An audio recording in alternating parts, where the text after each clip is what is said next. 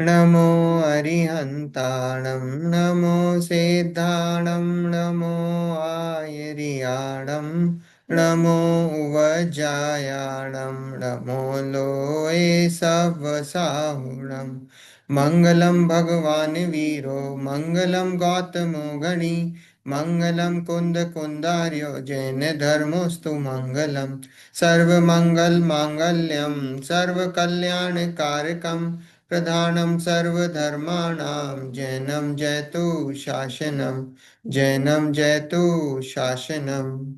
अरिहंत सिद्ध सूरि उपाध्याय साधु सर्व अर्थ के प्रकाशी मांगलिक उपकारी हैं तिनको स्वरूप जान रागते भई जो भक्ति काय को न माए स्तुति को उचारी है धन्य धन्य तुम ही से काज सब आज भय कर जोर बारंबार वंदना हमारी है मंगल कल्याण सुख ऐसो हम चाहते हैं हो मेरी ऐसी दशा जैसी तुम धारी है हो मेरी ऐसी दशा जैसी तुम धारी है मंगल में मंगल करन वीतराग विज्ञान नमो ताहि जाते भये अरहंतादि महान करि मंगल करियो महाग्रंथ करण को काज जाते मिले समाज सब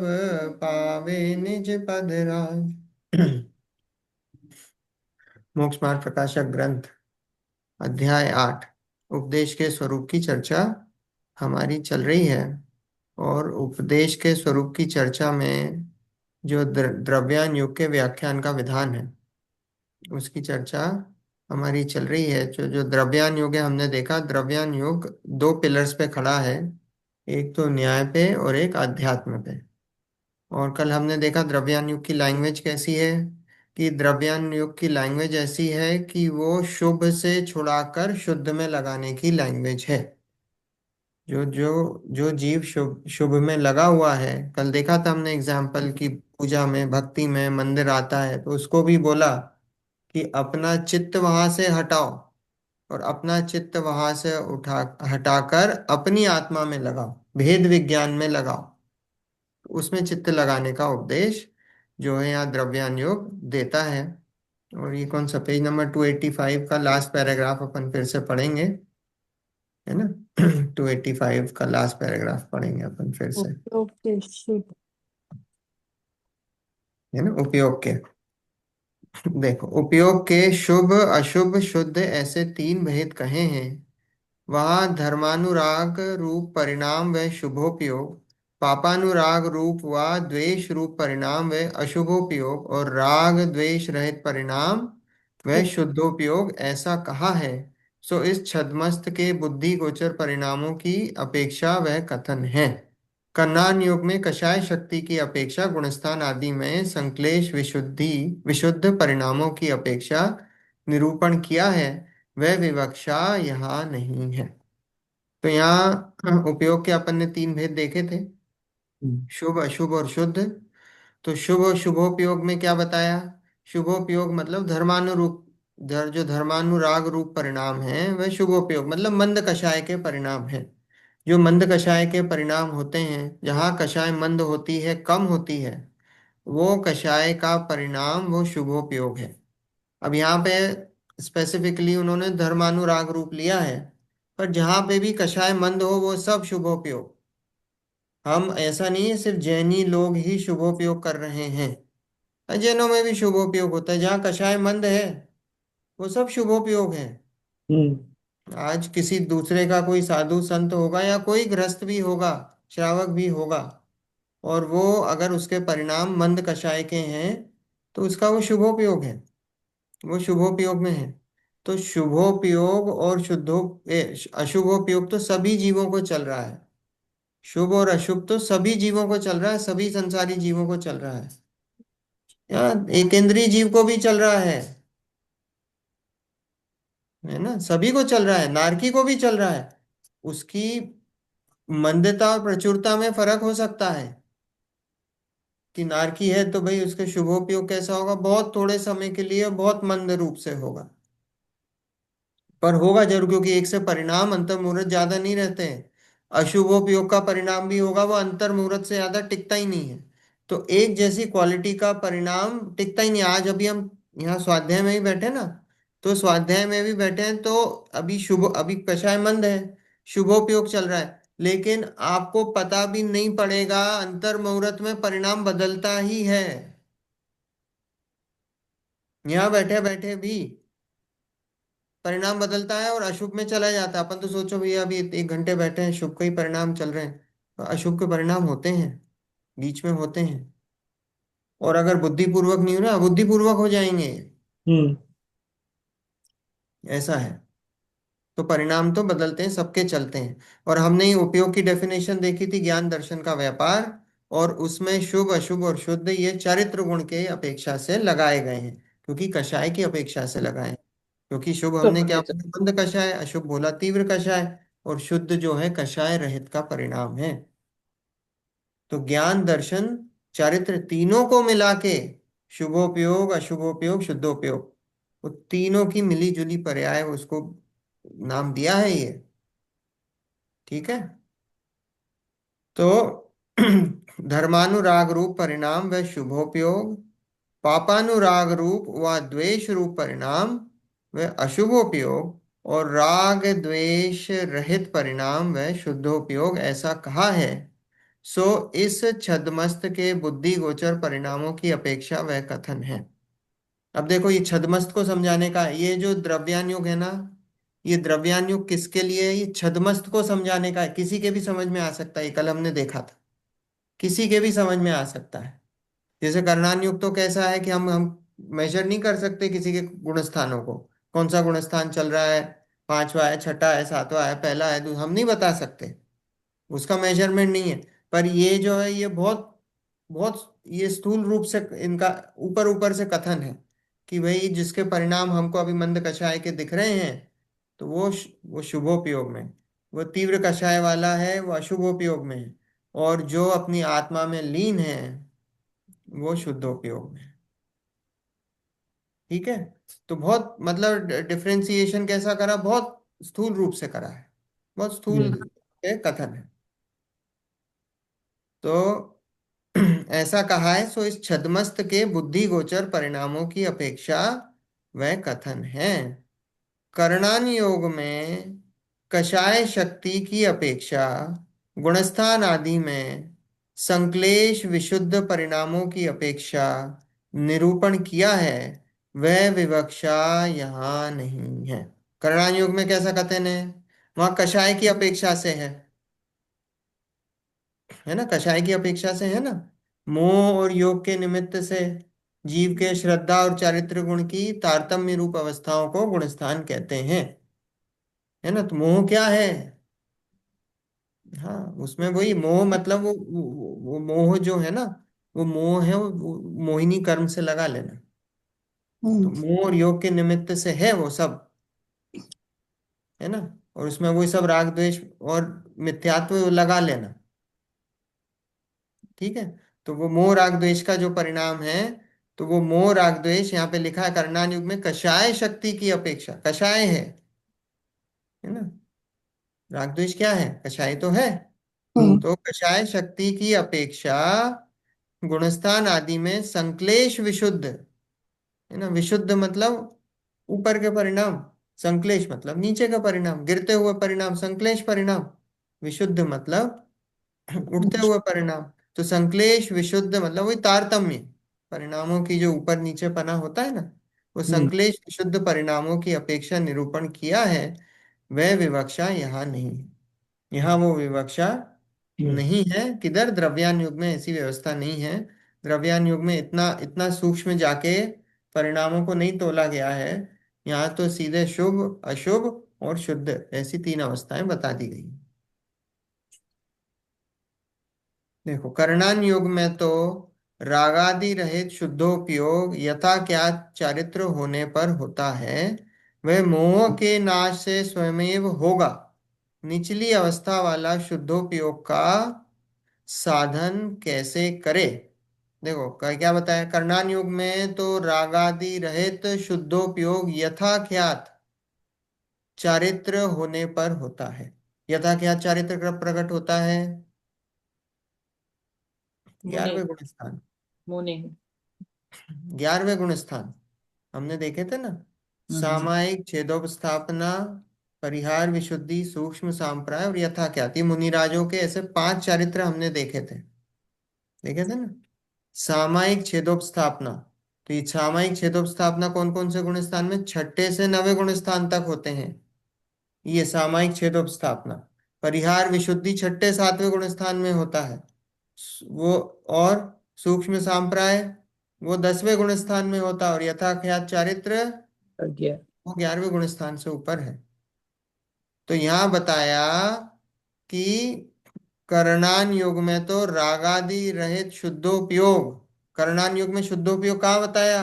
11वें गुण स्थान में। हम्म। क्यों? क्योंकि 10वें गुण स्थान तक कषाय की विद्यमानता है। लोग। है ना, 10वें गुण स्थान तक कषाय है। ये। तो 10वें गुण स्थान तक कषाय है, तो इसलिए वहां कर्णानुयोग बोलता है कि वहां शुद्धोपयोग नहीं है। वो शुद्धोपयोग क्या बताते हैं? या वो पूरी कषाय का अभाव होगा 11वें गुण स्थान में। तब जाके वो उन्होंने बताया कर्णानुयोग में कि वहां जाके शुद्धोपयोग। और द्रव्यानुयोग योग में तो चौथे गुण स्थान है। अंश मात्र अंश शुद्ध उपयोग बताते हैं ना हाँ, वो हाँ। द्रव्यानुयोग का कथन है। द्रव्यानुयोग योग का कथन। हाँ, क्या बोल रहे थे ऋतु जी? तो राग जब तक पूरा चला नहीं जाएगा तब तक वो शुद्धोपयोग नहीं बताएंगे। कर्णन की लैंग्वेज है ये। देखो फिर स्याद वाद है, जिनागम पूरा कैसा है? अपेक्षाओं का अच्छा। कथन है। अपेक्षा अपेक्षा की बात है ना। तो अपेक्षा अपेक्षा की बात है। कर्णानुयोग बोल रहा है 11वें गुण स्थान में, और द्रव्यानुयोग बोल रहा है चौथे गुण स्थान में। दोनों ही गलत नहीं है। कोई अगर बोले आपसे कि आप शुद्धोपयोग 11वें गुण स्थान में, हाँ मानने तैयार है, क्योंकि कर्णानुयोग की अपेक्षा से कथन है। और कोई बोले चौथे गुण स्थान में, हाँ मानने तैयार, द्रव्यानुयोग की अपेक्षा से कथन है। अलग अलग अपेक्षाओं का कथन है। और कोई 7वें गुण स्थान से मानता है, वो भी अपना अपने अपनी अपेक्षाओं का कथन है। क्यों? क्योंकि 7वें गुण स्थान में तीन कशा चौकड़ी के अभाव पूर्वक वो मानते हैं। वो चरणानुयोग का। हाँ, वो अपना अपना कहने का कथन हम्म। है ना। ऐसा है। तो उसमें कोई कहीं पे भी कोई दिक्कत नहीं है। आपको अपेक्षाएं लगाना आना चाहिए, बस इतनी सी बात है। तो यहाँ बोला कर्णान योग में तो रागादि रहित शुद्धोपयोग यथा ख्यात चारित्र होने पर होता है। वह मोह के नाश से स्वयमेव होगा। मोह का नाश हो जाएगा। मोह राग द्वेष का नाश हो जाए, मोह यहाँ पे राग द्वेष लेना, तो वहां राग द्वेष के नाश से स्वयमेव होगा। निचली अवस्था वाला शुद्धोपयोग का साधन कैसे करे? ये कर्णान योग बोलता है निचली अवस्था, क्योंकि उसकी कषाय अभी विद्यमान है। तो बोले निचली अवस्था वाला शुद्धोपयोग का साधन कैसे करें? तथा देखो द्रव्यान योग में शुद्धोपयोग करने का ही मुख्य उपदेश है। इसलिए वहां छद्मस्त जिस काल में बुद्धि गोचर भक्ति आदि व हिंसा आदि कार्य रूप परिणामों को छोड़कर आत्म अनुभवन आदि कार्यों में प्रवर्ते, उस काल उसे शुद्धोपयोगी कहते हैं। है ना। तो यहाँ क्या बोला कि वहां अब द्रव्यानुग में उपदेश क्या है? मुख्य उपदेश भेद विज्ञान का है, आत्मानुभूति का है। तो उपदेश में तो वो उपदेश ऐसा दिया जाता है कि छद्म जिस काल में लिखा है बुद्धि गोचर भक्ति आदि व हिंसा आदि कार्य रूप परिणामों को छोड़कर, बुद्धि गोचर देखो भक्ति का परिणाम भी, मतलब भक्ति के काल में शुद्धोपयोग नहीं कहा है। भक्ति के काल में शुद्धोपयोग नहीं कहा है द्रव्यान युग में भी। भक्ति आदि व हिंसा आदि, मतलब भक्ति आदि में ले लेना शुभ और हिंसा आदि में ले लेना अशुभ। तो भक्ति आदि व हिंसा आदि मतलब शुभ और अशुभ कार्य रूप परिणामों को छोड़कर, मतलब शुभ और अशुभ दोनों को छोड़ना पड़ेगा। कोई ये बोले कि साहब शुभ करते करते करते मुझे शुद्ध परिणाम हो जाएंगे, 3 काल में नहीं हो सकते। कोई बोले कि पूजा करते करते, स्वाध्याय करते करते मेरे को आत्मानुभूति हो जाएगी, नहीं हो सकती। 3 काल में नहीं हो सकती, हो ही नहीं सकती। क्यों? क्योंकि वो शुभ का परिणाम है। दोनों, हाँ, दोनों की जाति ही अलग है। दोनों की जाति अलग है। तो शुभ के परिणाम से कभी भी जीव शुद्ध में नहीं जाता। ये बात पक्की है, जब शुद्ध में जाता उसके पहले शुभ परिणाम होते ही हैं। होते ही हैं। और किसी अपेक्षा से इसलिए उन पे आरोप चला जाता है कि वो निमित्त हैं। वो आरोप चला जाता है क्योंकि उसके पिछले वाली पर्याय कौन सी थी? वो शुभ की थी।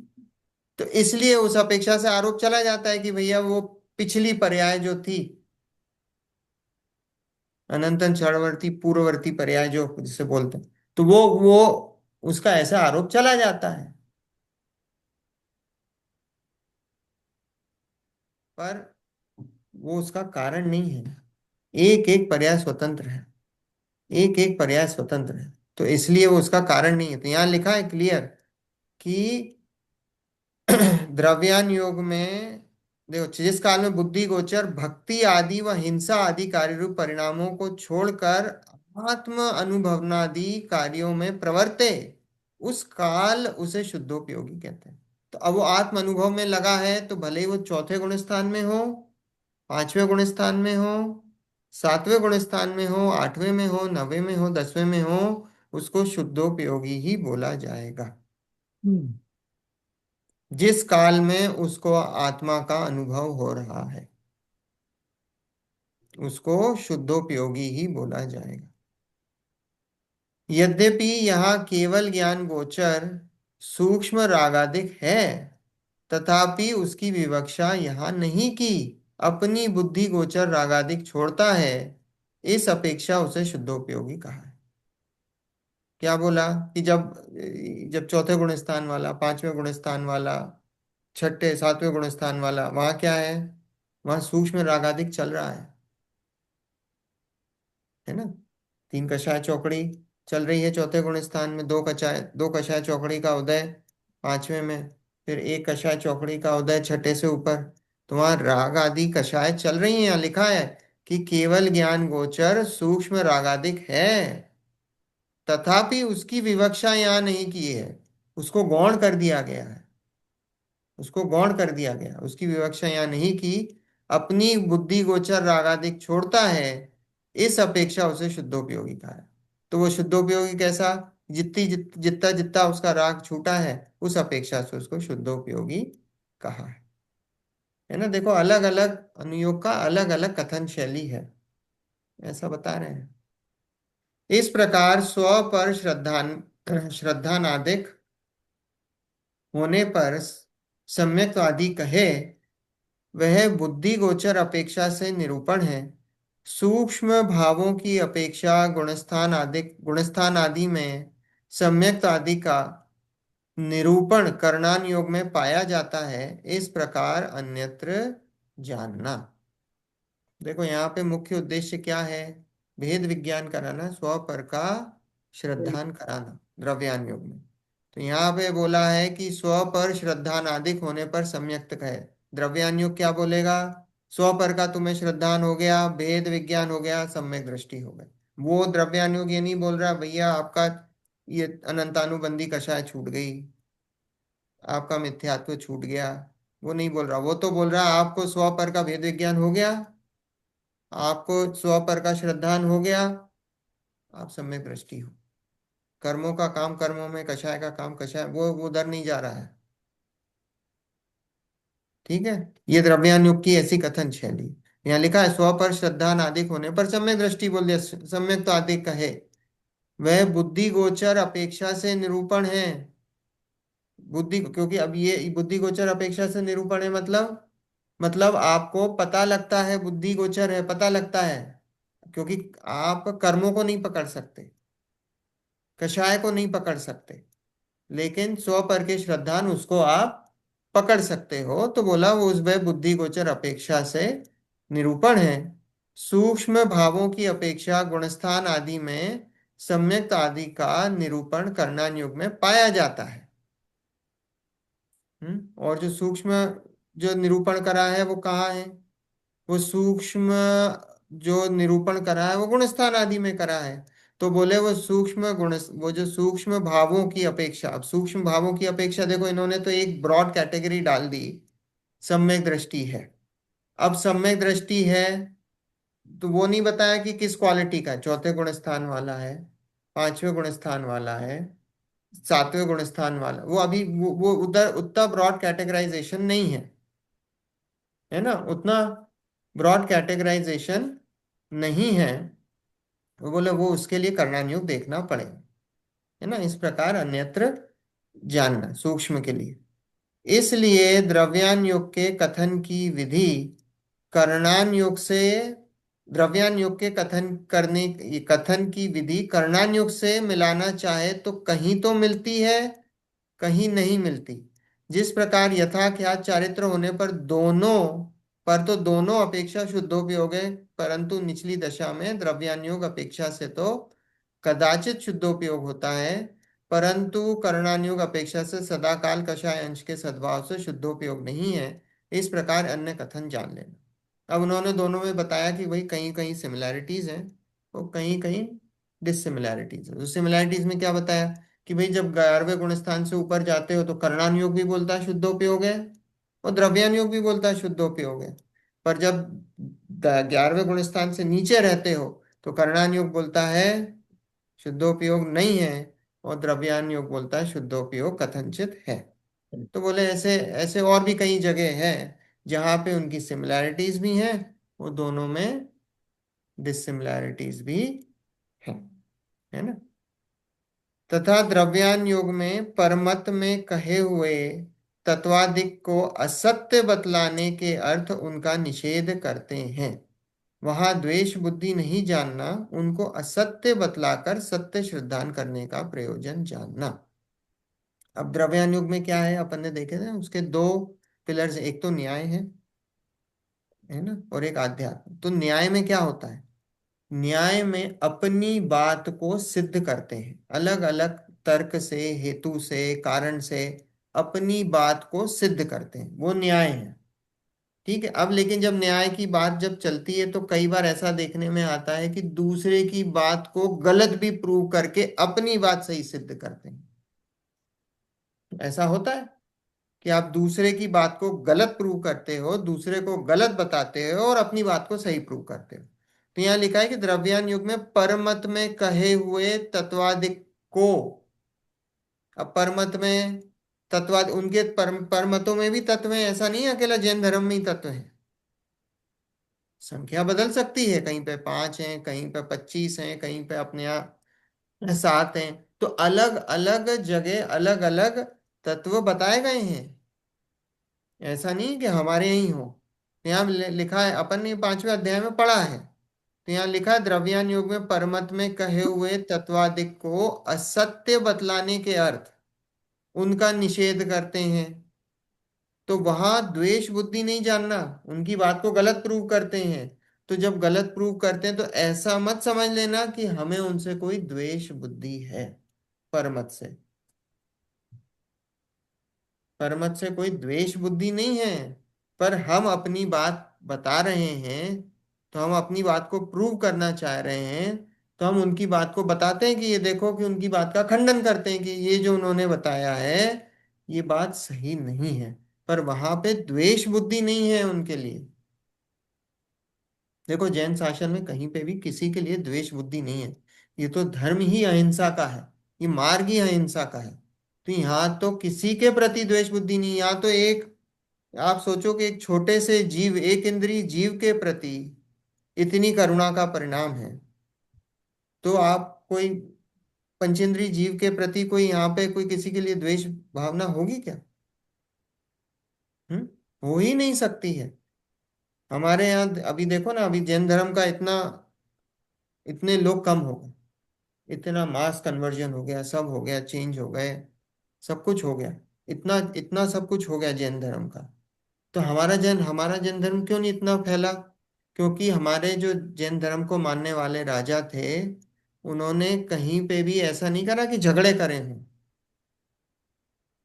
उन्होंने झगड़े नहीं करे। क्यों? क्योंकि अहिंसा का है। उन्होंने युद्ध नहीं लड़े। उन्होंने, किसी ने जैन धर्म अपनाया भी राजा ने, तो फिर ये हुआ, कोई उन्होंने एक्सपेंशन नहीं करा। और फिर यही है कि दूसरों ने हमले करे, हार गए, तो मास कन्वर्जन हुए। ऐसा है। कहीं कहीं पे तो बिल्कुल खत्म ही हो गया। अब जैसे आप आंध्र प्रदेश में जाओगे, आंध्र प्रदेश में अपने मूर्तियां निकलती हैं, पर मूर्तियां निकलती हैं, वहां पे जैनों की संख्या ही नहीं बची, खत्म हो गए। खत्म हो गए टोटल। मतलब आप सोच ही नहीं सकते कि वहां कभी जैन थे भी। खत्म हो गए टोटल। और जब अब निकलती हुई मूर्ति, तो वो अपनी हिंदू बताते हैं और उनको कोई से बाबा बना के पूजने लग जाते हैं। ऐसे ही वेस्ट बंगाल में भी ऐसी स्थिति है। तो अपन ये सोचते हैं ना कि भाई जैन धर्म, हम तो बोलते हैं उस समय सब मानने वाले थे, पूरे में फैला हुआ था। ऐसे नहीं, सब जगह था। यूरोप में भी था, एशिया में भी था, सब जगह था। लेकिन अब जैसी आंध्रा की हालत है, अभी पिछले 300-400 सालों में खत्म हो गया जैसे, वैसे ही उधर यूरोप और इधर पूरा खत्म हो गया। 1000-2000 साल में पूरा खत्म हो गया, 1000-1500 साल में, 2000 साल में खत्म हो गया। नामो निशानी नहीं बचा। ऐसा है। तो अब वही है कि अब हमारे जो एक्सपेंशनिस्ट, हमारी कोई ऐसे कोई थे नहीं। हम लोग अपने में ही वही, और फिर मानने वालों की भी वो है कि जैन धर्म इतना इजी नहीं है। हाँ, मानने में भी उतना उतना इजी थोड़ी, दूसरे बहुत अट्रैक्टिव है। क्योंकि आपको एकदम सामने दिखता है बेनिफिट, राइट? उन्होंने बोला भगवान से मांगा और अभी बेनिफिट है। और हमारे कोई भगवान देते नहीं है, तो बेनिफिट ही नहीं है। भगवान तो सारे इंडिया में ही आए थे, मतलब भगवान। अब वो इंडिया में, अब देखो, अब बताते हैं कि अब अयोध्या में हुआ था, और समित शिखर और कैलाश और चंपा, अब इधर बताते हैं। अब अभी ये पता नहीं भैया, अयोध्या ये वही अयोध्या है क्या? क्या पता कौन सी अयोध्या है, किसी को नहीं पता है। समित शिखर है वही समित शिखर है, नहीं पता है। अब वो तो, अब देखो, मान्यता की बात है। वहां जाते हैं, परिणाम विशुद्ध होते हैं। पर अपने को नहीं पता अयोध्या यही है क्या। अब उस समय आदिनाथ भगवान हुए। अब आदिनाथ भगवान कैलाश पर्वत से मोक्ष गए। वो आदिनाथ भगवान की काया थी 500 धनुष। हम्म। 2000 फीट के आदमी थे। पैर ही कितना बड़ा होगा? 100, 100, 150, 200 फीट का तो एक पैर ही होगा, पैर का पंजा होगा, हम्म। उतना बड़ा। तो अब अभी हम सोचो, अभी हम मान लो इधर सम्यक शिखर जाते हैं, अजितनाथ भगवान की टोप पे, अब अजितनाथ भगवान की काया भी बहुत बड़ी थी। हाँ, ज्यादातर सभी की थी। है, अब वो वहां तो टोक तो इतनी सी बनी हुई है। अब वहां से कैसे मोक्ष गए होंगे? है ना? तो अब वो तो सिंबॉलिक है, सब सिंबॉलिक है ना? ऐसा हमको अभी, अब देखो, बहुत, अब तो एक कोड़ा कोड़ी सागर पहले गए थे, उसके बीच में तो पता नहीं क्या से क्या उथल पुथल हुई होगी, कितनी उथल पुथल हुई होगी, नहीं पता। है ना? कहाँ से कहाँ कोई चीज गिर के, टूट के, जहाँ पे समुद्र होगा वहां पे धरती आ गई, जहाँ धरती होगी वहां समुद्र आ गए, वहां माउंटेन हो गए, कुछ कुछ नहीं आते पते हैं। तो ये जो अभी बताया है, अब सिंबॉलिक रूप से मान लो बस उसको, इतना सा है ना? और जो आज की अयोध्या है, वो उस अयोध्या में भी सुना है कुल 4 घर हैं जैनियों के। कुल 4 घर है ही नहीं, जैन ही नहीं है। ये अयोध्या की है, ये नॉर्थ इंडिया की बात है, हम्म। यूपी की। जहाँ कितने तीर्थंकरों का जन्म हुआ है वहां तो। हाँ, हम ऐसा, ऐसी मान्यता है हमारी कि उसी अयोध्या से, वो अयोध्या नहीं पता कहाँ है, पर अभी जो अयोध्या हम मान के चल रहे हैं, अगर वहां से हुआ है, तो वहां कुल 4 घर हैं जैनियों के। अयोध्या में। हाँ। हम्म।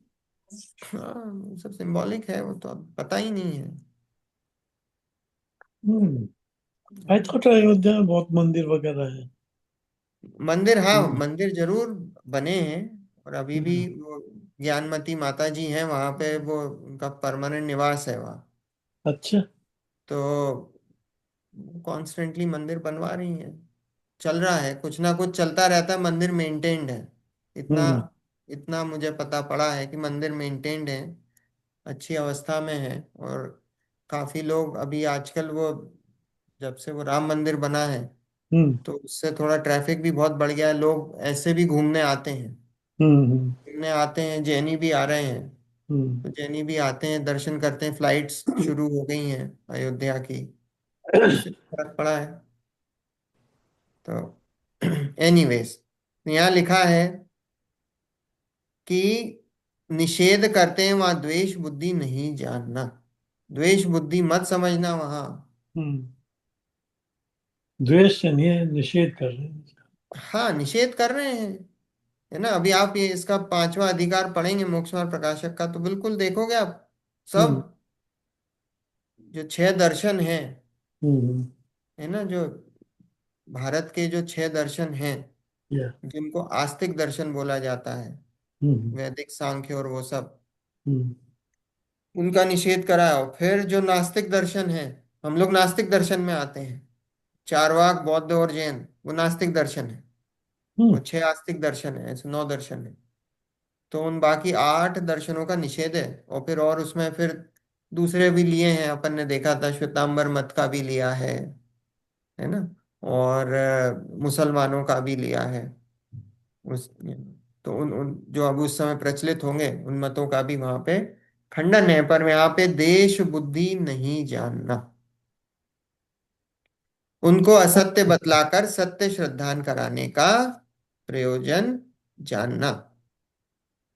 इसी प्रकार और भी अनेक प्रकार के द्रव्यान योग में व्याख्यान का विधान है। इस प्रकार चारों अनुयोग के व्याख्यान का विधान कहा।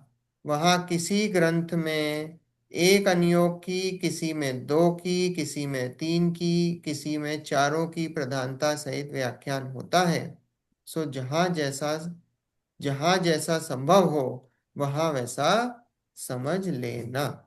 क्या बोला कि चारों अनुयोग के व्याख्यान का विधान कहा। ये अब ये हो गया अपना चारों अनुयोगों के व्याख्यान का विधान। अब हम्म। लेकिन बताया कि किसी ग्रंथ में कभी एक अनुयोग की महत्ता से लिखा है, कहीं कहीं पे दो अनुयोग होंगे, कहीं कहीं पे तीन होंगे, और कहीं कहीं पे चलो। चारों अनुयोगों की प्रधानता सहित व्याख्यान होता है।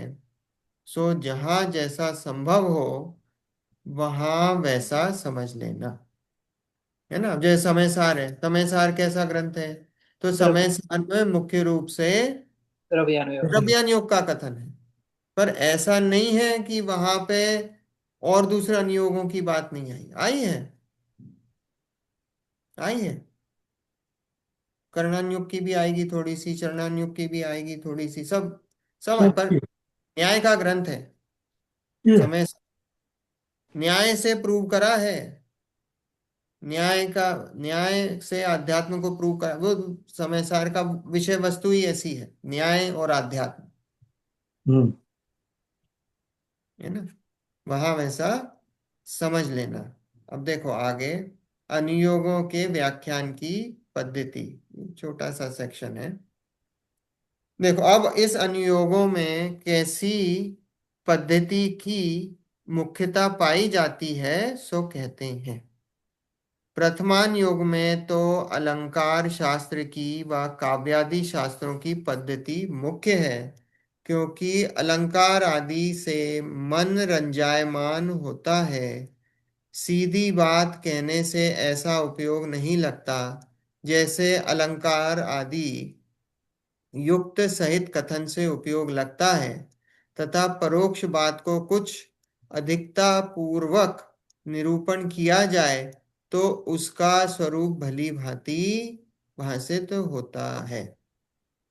अभी व्याख्यान की पद्धति तो छोटा सा है कि व्याख्यान जो उस अनुयोगों में जो व्याख्यान बताए गए हैं उसकी हम्म। पद्धति कैसी है, मतलब उसका तरीका कैसा है वो बताया। तो प्रथमानुयोग में क्या बोला कि अलंकार शास्त्र की अब ये हिंदी में चलते हैं, जैसे रूपक अलंकार है, यमक अलंकार, अलग अलग तरह के अलंकार होते हैं। ये लिखने की शैली हम्म। है ना, लिखने की शैली होती है। जैसे कविताएं लिखते हैं, गद्य लिखते हैं, पद्य लिखते हैं। अब जिसने हिंदी लिटरेचर पढ़ी हो खूब, उसको पता होंगे भाई कितने कितने तरह के अलंकार होते हैं। क्योंकि एक लिखने का, जैसे कविता लिखते हैं ना, तो हम्म। उसमें भी एक एक वो पद में अक्षर फिक्स होते हैं। हाँ। इतने इतने इतने इतने अक्षर, एक एक लाइन में इतने इतने अक्षर, ऐसा ऐसा लिखा जाता है, ऐसा ऐसा फ्लो होता है, तो उसको फिर वो वैसे अलंकार से उसको लिखा जाता है। या। ऐसा है। तो एक एक चीज का काउंट चलता है, इतनी इतनी मात्राएं, इतने इतने अक्षर, वो सब वो फिक्स होता है। तो वैसा यहाँ लिखा है कि प्रथमान युग में तो अलंकार शास्त्र की व काव्यादि शास्त्रों की पद्धति मुख्य है। ये वर्तमान युग की ऐसी शैली है कि वहां पे अलंकार थोड़ा लिटरली, जो जो लिटरेट लोग होते हैं, है ना, तो वो लोग लिखते हैं, और वो लोग उसको पढ़ते हैं, और वो लोग उसका स्वाध्याय करते हैं। तो रत्न कंड शुक्राचार्य किस अनुयोग का है? चरणानुयोग। चरणान योग का है ना अंकल। हम्म। चरणान योग की मुख्यता से है।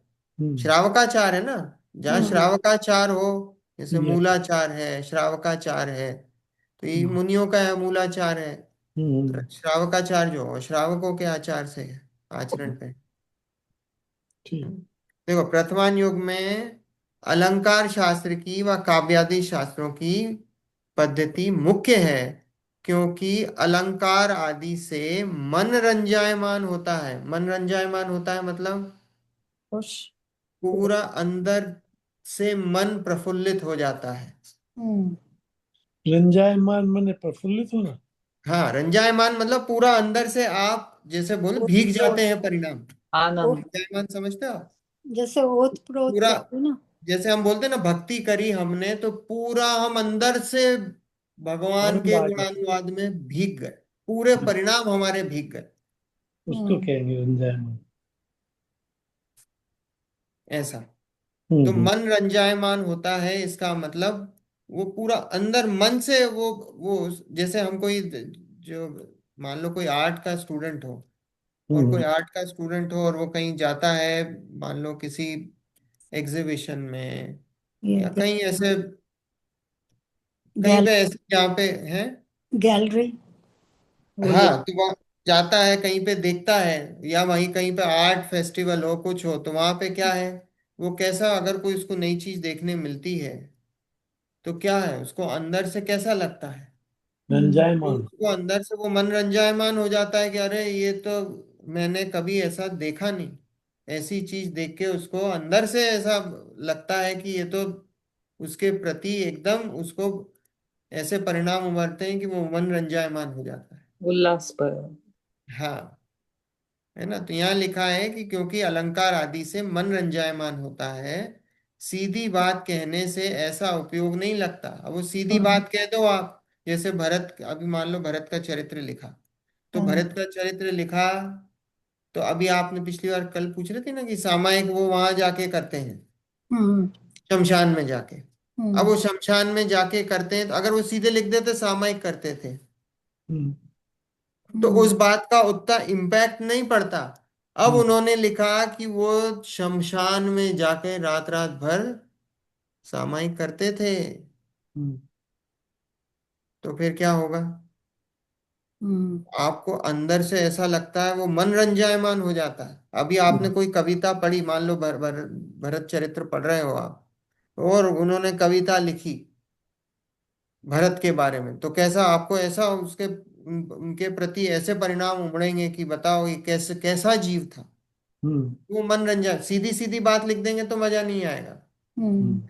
महल की, मान लो भरत के महल की चर्चा हुई, तो उसके पीछे उन्होंने 4-5 पेज महल का पूरा विस्तार करा, तो आपका हम्म। कैसा होगा, एक एक चीज डिटेल पढ़ के आपको ऐसा लगेगा कि अरे देखो कैसे कैसे उनके भोग थे, है ना। तो वो यहाँ पे वो बताया है कि अलंकार से, उपमा से, इससे वो उस बात को बताते हैं, है ना। क्योंकि आप सीधी बात कह दोगे तो आपका उपयोग नहीं लगेगा। अभी भरत का चरित्र हम एक पेज में लिख के खत्म कर सकते हैं, उसके पीछे पूरा एक 500-600 पेज की पुस्तक है, है ना। तो वो यहीं पे वो बताया है कि अलंकार से, उपमा से, इससे वो अलंकार से वो उस बात को बताते हैं, है ना। क्योंकि सीधी बात कह दोगे तो आपका उपयोग नहीं लगेगा। अभी भरत का चरित्र हम एक पेज में लिख के खत्म कर सकते हैं, उसके पीछे पूरा एक हम्म। लिखने में तो कितनी सी, एक पेज में खत्म हो सकता है चरित्र। हम्म। कोई इतना कोई वो थोड़ी है। 6 पैराग्राफ 5 पैराग्राफ में भरत का चरित्र कर सकते हो आप। जैसे मूवी देखते हैं तो स्टोरी तो 10 मिनट की, तो 3 कलाक चलती है। हाँ, स्टोरी तो इतनी सी, अब जो फिल्म की स्टोरी है, फिल्म की आप फिल्म देखते हो 3 घंटे की, वो चाहें तो वो स्टोरी 5 मिनट की होती है। हम्म। 5 मिनट की स्टोरी होती है। वो 5 मिनट की स्टोरी को वो 3 घंटे में आपके सामने प्रेजेंट करते हैं। हम्म। अब वो 5 मिनट बता देंगे तो आप देखने जाओगे क्या? आप देखने ही जाओगे, बोले भैया मैं पैसा क्यों खर्च करूंगा। तो वो 3 घंटे दिखाते हैं, जिससे कि वो 3 घंटे फिर आपको लगता है कि हाँ, कि वो चीज़ बहुत सुंदर बनी, अच्छी बन के तैयार हुई है। वही 5 मिनट में बता देंगे तो मजा नहीं आएगा। तो ऐसे ही यहाँ पे है, सीधी बात कहने से ऐसा उपयोग नहीं लगता, सीधी सीधी बात कह देंगे तो उपयोग नहीं लगता। जैसे अलंकार आदि युक्त सहित कथन से उपयोग लगता है, तथा परोक्ष बात को कुछ अधिकता पूर्वक निरूपण किया जाए तो उसका स्वरूप भली भांति भाषित होता है। अब इसमें क्या है, प्रथमानुयोग में परोक्ष बात है। परोक्ष मतलब अभी हमें सामने नहीं दिख रही है, आदिनाथ भगवान का चरित्र है, राम का चरित्र है, कृष्ण का चरित्र है। तो वो क्या है, अब वो परोक्ष है, पहले हो चुका है। तो वो पहले हो चुका है, अब उसकी अब उसको बातों को बताना है। तो लिखा है परोक्ष बात को कुछ अधिकता पूर्वक निरूपण किया जाए तो उसका स्वरूप भली भांति भाषित होता है। वो जो बात हुई है, मान लो कोई एक सीन हुआ है तो उसको अधिकता, मतलब वो एक छोटी सी 5 मिनट का कोई इंस्टेंस है, उसको अधिकता पूरा उसके पीछे 50 पेज लिखेंगे तो हम्म। आपको वो बताएंगे तो आपको वो भली भांति वो भाषित होता है। ऐसा ये प्रथमान योग में ये उसकी कथन, ये उसकी व्याख्यान करने की ऐसी पद्धति है। देखो अब कर्णान योग, कर्णान योग में गणित कर्णान योग में गणित आदि शास्त्रों की पद्धति मुख्य है, क्योंकि वहाँ द्रव्य क्षेत्र काल भाव के प्रमाण आदि का निरूपण करते हैं। सो गणित ग्रंथों की आमनाय से उसका सुगम जान पना होता है। कर्णान युग में किसकी मुख्यता है, गणित की मुख्यता है, नंबर्स की मुख्यता है, कैलकुलेशन की मुख्यता है ना। गुण स्थान मार्गणा स्थान वो सब क्या है, सब नंबर्स हैं, वो उसमें नंबर्स ही नंबर्स हैं अधिकतर। तो कर्णान युग में गणित आदि शास्त्रों की पद्धति मुख्य है, क्योंकि वहाँ द्रव्य क्षेत्र काल भाव के प्रमाण आदि का निरूपण करते हैं। अब उसकी विशेषता बताते हैं, द्रव्य की, क्षेत्र की, द्रव्य कितने होते हैं। देखो द्रव्य द्रव्यान युग में भी बताएंगे, इसमें ही बताएंगे, पर इसमें फिर और डीप जाते जाएंगे। द्रव्य 6 होते हैं, है ना। क्षेत्र कैसे, भाई अलग अलग क्षेत्रों की बात होगी, पूरे 3 लोक की चर्चा होती कि नहीं। कर्णान युग का विषय है, 3 लोक की जो चर्चा है, 3 लोक की पूरी चर्चा, वो क्या है, वो सब कर्णन युग है। नरक होते हैं, मध्य लोक होता है, ऊर्ध्व लोक होता है, अधोलोक, अधोलोक है वो पूरा, नरक आ गए उसमें, 7 नरक आ गए, मध्य लोक में मनुष्य ये आ गए, फिर उसके ऊपर ऊर्ध्व लोक में पूरा देवताओं का आ गया, सिद्धशिला आ गई, वो सब ऊर्ध्व लोक हो गया। तो वो सारी बातें द्रव्य क्षेत्र काल, कालों की, कल्प काल, है ना, 20 कोड़ा कोड़ी सागर का, सुखमा दुखमा सुखमा सुखमा, ये सारे ये जो काल परिवर्तन, ये सब क्या है, ये सब कर्णान युग के विषय हैं, है ना। भाव, भाव अलग अलग, भाव यूजली गुण में लेते हैं, पर्याय में भी ले सकते हैं, धर्म में भी ले सकते हैं, है ना।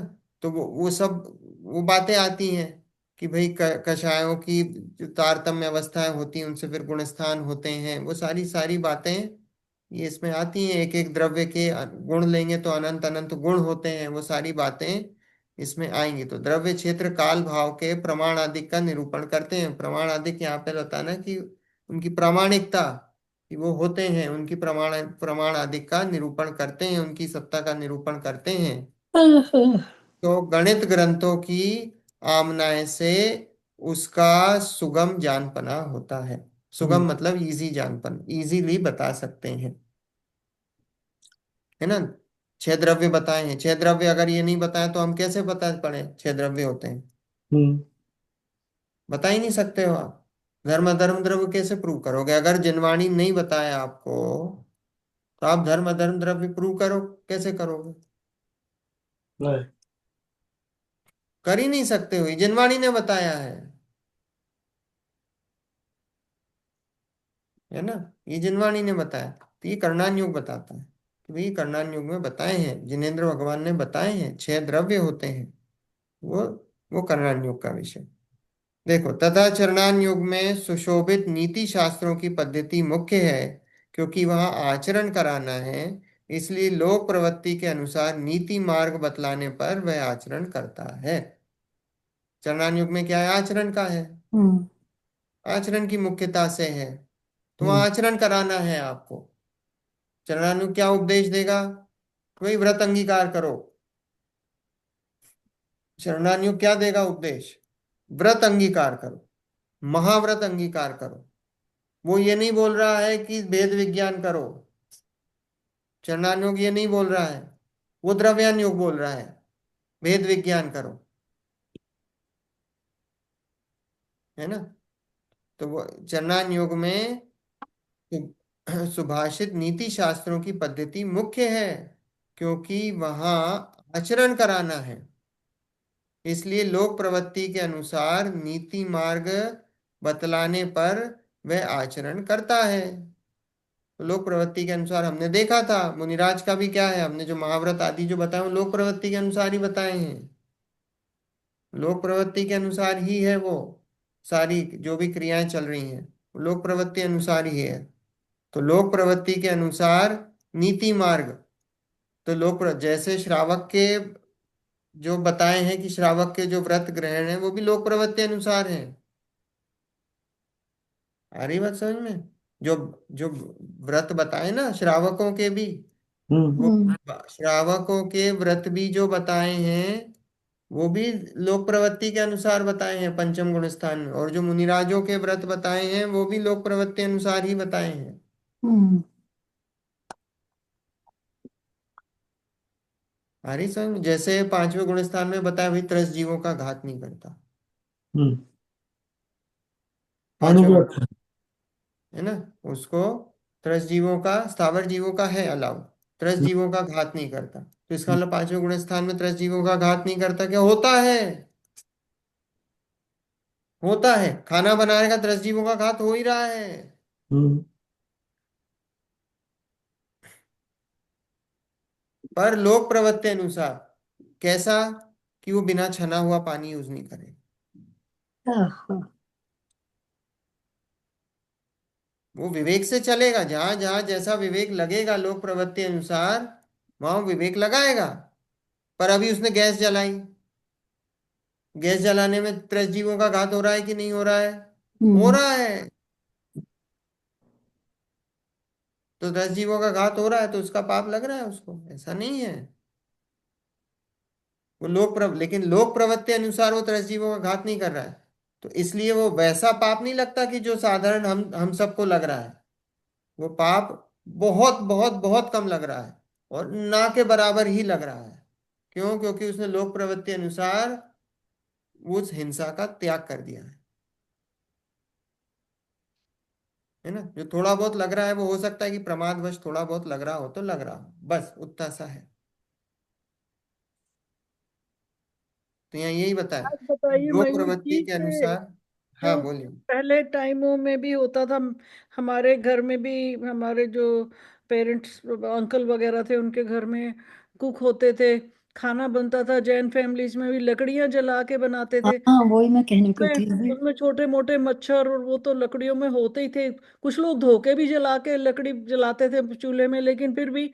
तो मैं ये पूछ रही थी कि जैसे कुक बनाता था खाना, तो वो जो पाप लग रहा है जानवर को, छोटे जीवों को मारने का, वो कुक को लग रहा है या जिन्होंने उसको ये करने को बोला है उनको लग रहा है और दोनों लगाने को ही वाला? लग रहा है। देखो उस केस में दोनों को ही लग रहा है। अगर देखो प्रमादवश आप देखो, पहले के टाइम में तो ईंधन ही लकड़ी थी। हम्म। ना ईंधन लकड़ी लकड़ी। ही थी, और कुछ था लकड़ी। नहीं। है ना, हम्म। लकड़ी ही से ही खाना बनता था। तो राइट। उसमें जितना आप देख परख करके कर सकते हो, उतना देख परख करके आप उस लकड़ी को जलाओ। है या ना, लकड़ी सुखा को हुआ सुखा दो, धूप में रख दो, तो भाई सारे जीव चले जाएं, और हम्म, फिर उस लकड़ी का उपयोग करो। अब उसके बावजूद भी कुछ जीव, आपने अपनी तरफ से करा सब कुछ, और उसके बावजूद भी कुछ जीव उसमें रह गए हों, तो फिर उसकी बात अलग है कि भाई चलो फिर पाप बहुत कम लगेगा आपको। है ना, क्योंकि आपने अपनी तरफ से जो हो सकता था आपने अपनी तरफ से, अब आपका कोई अभिप्राय नहीं है, प्रमाद भी नहीं है, आपने अपनी तरफ से सब कुछ करा। अब अगर आपने मान लो कुक के भरोसे दे दिया है, और आपने कुक को इंस्ट्रक्शंस भी दिया, मान लो कि साहब आप पूरा सब चेक करके ये प्रोसीजर है ये करना, और उसने फॉलो नहीं करा, तो भी पाप आपको भी लगेगा और कुक को तो लग ही रहा है। क्यों? क्योंकि अब आपकी भी एक जिम्मेदारी थी कि आपको चेक करो, कि आपने कुक को बोला तो है, लेकिन हम्म। आपकी जिम्मेदारी थी कि आप उसको चेक करो कि भैया जो उसने लकड़ी यूज करी है, वो जो हमने इंस्ट्रक्शंस दिए थे उसने फॉलो करे कि नहीं करे। या वो है नहीं, ऐसा। कृतकार्यता अनुमोदन। हाँ बिल्कुल, कृत कार्य तनु। अब देखो इसमें क्या है कि आपने भले इंस्ट्रक्शंस दिए थे, लेकिन हम्म। अब आपका देखो, आपका अनुमोदना भी नहीं थी, और आप जो है करवाना भी आगे भी। नहीं चाहते थे, लेकिन फिर भी हुआ। इसका मतलब दोष कम लगेगा, लेकिन हम्म। अब आपका दोष किस बात का, कि भाई आपका प्रमाद का दोष लगेगा कि आपने जो है वो कुक से, आपने कर। इंस्ट्रक्शंस तो दिए लेकिन फिर आपने चेक नहीं करा। हम्म। तो फिर ऐसा। उसमें भी चलिए, मैं वैसे लाइट करने के लिए नहीं कह रही हूँ, समझने के लिए बोल रही हूँ। अब जैसे फैमिली में हस्बैंड है, वाइफ है, 4 बच्चे हैं, तो ये औरत की जिम्मेदारी होती थी एक तरह से, हाउसवाइफ की, कि वो इन सब चीजों को देखे। तो इसका मतलब है खाने वाले तो बाकी 5 लोग भी हैं घर में, पर उनकी रिस्पॉन्सिबिलिटी नहीं है खाना बनवाना, तो उनको कुछ नहीं होगा इसमें, पापा उनका हस्बैंड को। पाप देखो, उनको उसका पाप कम लगेगा, जिसकी रिस्पॉन्सिबिलिटी दी है। हम्म। वो रिस्पॉन्सिबिलिटी अगर फुलफिल नहीं कर रहे हैं, हम्म। तो उसको तो ज्यादा ही पाप लगेगा। अब देखो फॉर एग्जाम्पल, हमने मान लो कि हमने किसी को बोला खाना बनाने को। अब खाना बनाने को हमने बोला कोई हमारे घर पे, या हम किसी के घर गए, उसने हमसे पूछा कि साहब आप क्या क्या नहीं लेते हैं। उन्होंने कहा साहब हम ये कोई जमीकन नहीं लेते, अंडा नहीं लेते, ये नहीं लेते, वो नहीं लेते, आपने बता दिया। अब आपकी आपने तो बता दिया, अब हम्म। आप वहां पहुंचे और उसने खाने में मान लो अंडा डाल दिया, या आलू प्याज डाल दिए। हम्म। अब आपने खा लिया, तो हम्म। खा लिया, तो अब आपने तो बोल दिया था उसको, लेकिन आपने फिर भी खा लिया। तो हम्म। इसका मतलब देखो दोष तो कम लगेगा, क्योंकि आपने पहले इंस्ट्रक्शंस दे दिए थे, हम्म। लेकिन फिर भी आपकी जिम्मेदारी थी खाने के पहले कि आप उसको चेक करें कि भाई हम्म। आपने हमने आपको इंस्ट्रक्शंस दिए थे, वो आपने फॉलो पानी। करे कि नहीं करे। और फिर वो हम्म। झूठ बोल जाए तो बात अलग है। अगर चेक करा और उसने बोल दिया अरे नहीं हमसे तो ये इसमें गलती से है, इसमें प्याज डल गई है, तो फिर क्या हम्म। होगा? भैया हाँ हम नहीं खाएंगे, हमने चेक कर लिया। तो Right. ये बात है कि अगर आपने खा लिया पाप कम लगे, क्योंकि आपने पहले बता चुके थे, लेकिन आपको पूरी तरीके से उससे वो छुटकारा नहीं है। अच्छा। हाँ, बस वही पूछना चाह रही थी मैं। जैसे आप 3 जने तो बनाने बच्चे तो नहीं बना रहे लेकिन खाना खा रहे हाँ बच्चों को जो भी बना। लगेगा, बच्चों को भी लगेगा, थोड़ा पाप सबको लगेगा। ऐसा नहीं है कि सबकी, अभी आपने हस्बैंड को खिला दिया, जिम्मेदारी तो वाइफ की थी, हस्बैंड को भी लगेगा, क्योंकि वो husband also needs to make sure कि भाई जो आपने जिस हिसाब से खाना बन रहा है, वो खाना सही तरीके से बन रहा है कि नहीं बन रहा है। He has to check, he has to verify. आज हम कोई भी हम प्रतिज्ञा लेते हैं, तो हम अपनी प्रतिज्ञा निभाने के लिए हम क्या करते हैं, हम खुद चेक करते हैं। कोई भी चीज की प्रतिज्ञा लेते हैं तो हम चेक करते हैं कि नहीं। हम्म। आज हम लोग कहीं पे भी जाते हैं, भले ही हम किसी दोस्त के यहाँ भी जाएं, जैन के यहाँ भी जाएं, अगर हमने प्रतिज्ञा ली तो हम उससे एक बार पूछ लेते हैं हम्म। कि भाई ये हमें इसमें ये खाने लायक है कि नहीं, हमारे लिए भक्ष्य है कि नहीं। हम्म। पूछते हैं कि नहीं? क्यों? क्योंकि हम एक बार वेरीफाई करना चाहते हैं भाई, कि हमें जिसमें किसी में डाउट है तो हम उससे पूछ लेते हैं। राइट। बिल्कुल पूछते हैं। और भले हम जैन के यहाँ जा रहे हैं, फिर भी पूछ लेते हैं। तो वो अच्छी बात है, पूछ लेना चाहिए। हम्म, क्योंकि गलत हो जाए तो फिर पाप तो लगेगा ना आपको, कि आपने चेक नहीं करा। हम्म, तो जो आंसर क्वेश्चन है उसमें अपन आदमियों को, जैसे वो बोल रहे ना कि लेडीज को ही बनाना खाना, जैसे अपन अगर बोले कि हस्बैंड जॉब कर रहा है या प्राइमरी ब्रेड अर्नर है, अब अगर वो ऐसा काम कर रहे हैं जिसमें बहुत जीवों की हिंसा, मतलब हो सकता है ऐसा कोई काम है जिससे आजीविका कमा रहे हो, और वो काम में बहुत हिंसा है, तो उसका भी दोष उसको तो लगेगा ही ज्यादा, पर दूसरों को भी नहीं, साथ में। अब देखो आजीविका में तो ऐसा है कि वो डायरेक्टली वो कुछ बच्चों का या बीवी का वो नहीं है ना, इंटरफेरेंस नहीं है। लेकिन कर तो वो भी परिवार के लिए रहा है। वो अनुमोदना तो हो रही। परिवार के लिए कर रहा है, पर वो परिवार के, अब मान लो ऑफिस में जा रहे हो और आप हिंसा कर रहे हो, या कहीं पे भी अपने काम पे जा रहे हो हिंसा कर रहे हो, अब बीवी बच्चों को तो पता ही नहीं है कौन सा काम कर रहे हो, क्या कर रहे हो, है ना।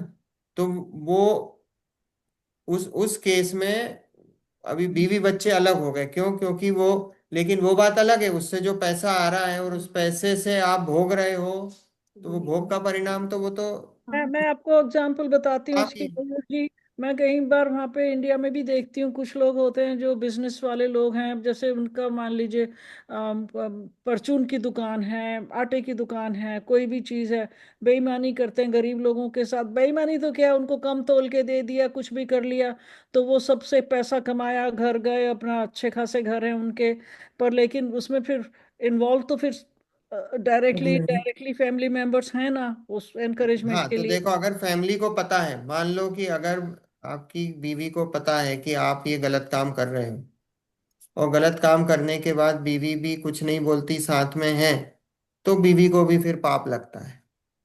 अभी कोई बच्चा है, मान लो 1 साल का बच्चा, उसे पता ही नहीं है, उसे तो पता ही नहीं है ना कि उनके पिताजी क्या कर रहे हैं, तो अभी हम्म, उस बच्चे को उसका उतना पाप नहीं है, उस फिर बच्चे भी को है। क्योंकि उसको तो पता ही नहीं है। इसमें नहीं भी तो माइट अज्ञानता का वो देखो वो अलग है। इसमें पण क्रिया परिणाम अभिप्राय लागू पड़ता है। हाँ, क्रिया परिणाम अभिप्राय लगा सकते हो, लगा हम्म, सकते हो, बिल्कुल लगा सकते हो, है ना। अभी बच्चे का तो अभी ना ना क्रिया है, ना परिणाम है, ना अभिप्राय है ना। अब बीवी का तो कैसा है कि अभी बीवी काम नहीं कर रही साथ में, लेकिन अभिप्राय उसका भी खोटा है कि भाई उस अभिप्राय से हमारा पैसा आ रहा है और हम्म, उससे हमारा घर चलता है ना। अगर नहीं पता है तो फिर बात अलग है, क्योंकि अभी नहीं पता है बीवी को आप ऑफिस में जाके क्या कर रहे हो क्या नहीं कर रहे हो, और बीवी को कुछ पता नहीं है, तो उस केस में फिर वो बात अलग हो जाती है, क्योंकि उसको तो पता ही नहीं है कि आप पैसे कैसे कमा के ला रहे हैं। हम्म, लेकिन फिर भी एक बीवी का इसमें कर्तव्य है कि आप पैसा ला रहे हो तो बीवी का कर्तव्य पूछे, ये जो पैसा कमाया है वो कैसे कमाया है। तो वो अगर नहीं पूछती तो वो उसकी गलती है, क्योंकि कहीं आपने किसी गलत तरीके से तो नहीं कमाया है, हम्म, और गलत तरीके से कमाया है तो फिर उसको अलग हट जाना चाहिए, और उसको पता लगता गलत है तो फिर उसको पाप लगे, वो उसके साथ है। वही कई बार मुझे सोच के लगता है कि कितने पाप हम कमाते हैं, क्योंकि कई बार आपकी हालात ऐसे होते हैं औरतों के, तो कम से कम वो इतना आसान नहीं है कि अलग हो जाओ उसमें से। उनके लिए छोड़ देना अपनी फैमिली को, अपने हस्बैंड को, कहाँ अलग होके कहाँ जाएं, वो भी नहीं होता, और पाप भी लग रहा है, वो भी उनको पता है, तो क्या कर सकते हैं। तो अब प्रैक्टिकल वे में देखो तो बहुत सारे कॉम्प्लिकेशंस हैं लाइफ में। देखो, इसको पैसे कमाने का परिणाम ही पाप है। वो ये तो जो है। पैसे कमाने का परिणाम है ना, ये पाप है। पैसा कैसे आ रहा है? पैसा तो पुण्य के उदय से आ रहा है, वो अपने आप आ रहा है, वो उसके लिए कमाना नहीं है, वो तो अपने आप आ रहा है। पर वो जो पैसे कमाने का जो परिणाम करता है, वो पैसे कमाने का परिणाम ही पाप है। पैसे कमाने का परिणाम त्रियंच गति के बंध का कारण है। जिसको दिन रात पैसे कमाना हो, और जिसको ऐसे परिणाम आ रहे हो मुझे पैसा कमाना है, और पैसे कमाने का परिणाम है, तो ये समझ लेना कि उसकी आगे की गति त्रियंच गति है, इसलिए उसको ऐसे परिणाम आ रहे हैं। तब तो ज्यादातर लोग उसी गति में जा रहे होंगे फिर। बिल्कुल, पंचम गति का जीव सेकंड, अधिकतर यहाँ से मुझे लगता है गति ऐसा, में पता जाता है। नहीं, हो सकता मैं पंचम गलत काल हूँ। पर हाँ, ये इस पंचम काल के जीव अधिकतर त्रियंच गति में जाएंगे, अधिकतर। चलो नरक नरक से के आए हैं त्रियंच में जाएंगे। मैं यही कहने को थी, मैंने कहा चलो नरक गति से तो बचेंगे अगर त्रियंच में जा रहे हैं तो। साक्षात दुख दिख रहे हैं आंटी, त्रियंच के तो देखे नहीं है, त्रियंच के दुख। आई नो, पर नरक तो फिर भी नरक सबसे, के तो देखे ही नहीं। नरक के नरक तो तो अनंत बार देख लिए, भोग लिए। अभी दिख नहीं रहे, त्रियंच के याद तो नहीं साक्षात है दिख ना। रहे हैं बस। या या ऐसा है। मतलब अभी तो हमको जितना ना सबको हंसी, देखो उतना। अभी तो देखो हम सबको हंसी आती है, पर जिस दिन वो दुख भोगने पड़ेंगे ना, उस दिन पता पड़ जाएगा। सब पता चलेगा। हम्म। हो सकता है हम अभी भोग रहे हो वो, चारे गतियों भोग में रहे हो, भी दुख ही इसलिए है। किसी तरह से तो भोग भी रहे हैं थोड़ा बहुत तो। सबकी लाइफ स्ट्रेट फॉरवर्ड अच्छी तो होती नहीं है, सारा टाइम नहीं, तो होती नहीं है। अच्छी नहीं है, पर अभी संयोगों की अपेक्षा का कथन है, संयोगों की अपेक्षा के कथन से हम्म। त्रियंचों की अपेक्षा अभी तो हम लोग काफी सुखी हैं।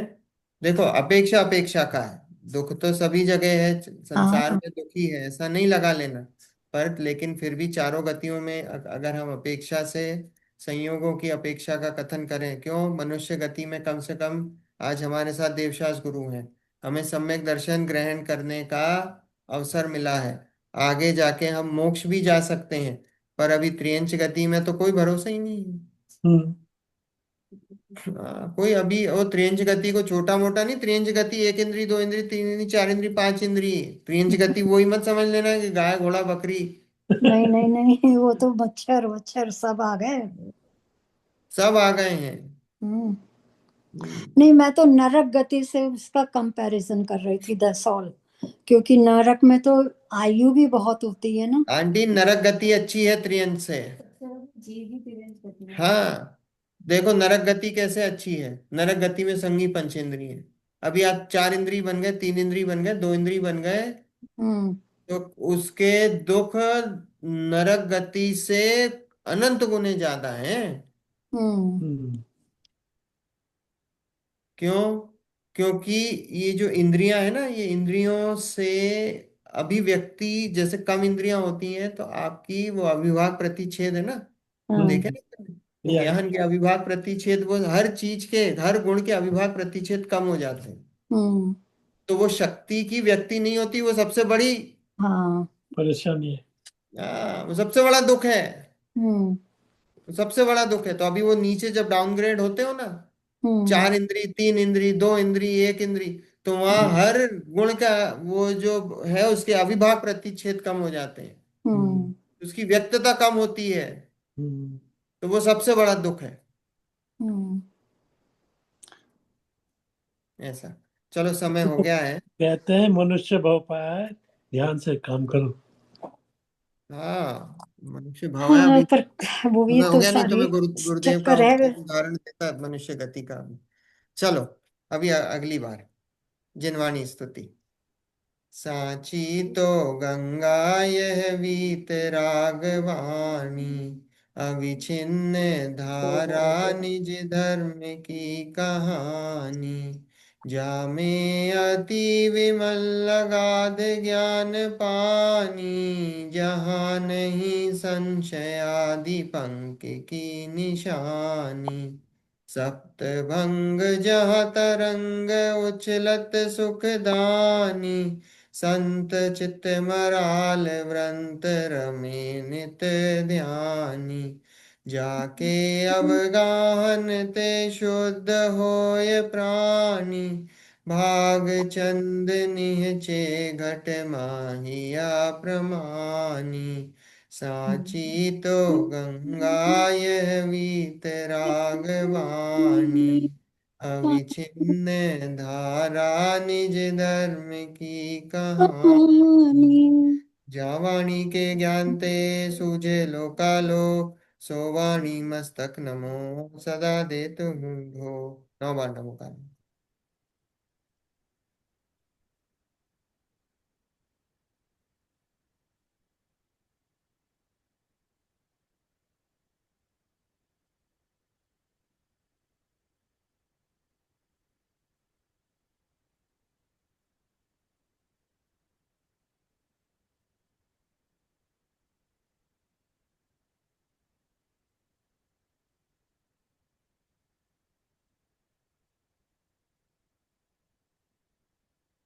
जय जनेन।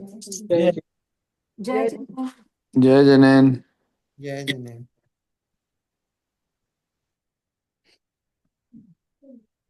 जय जिनेंद्र।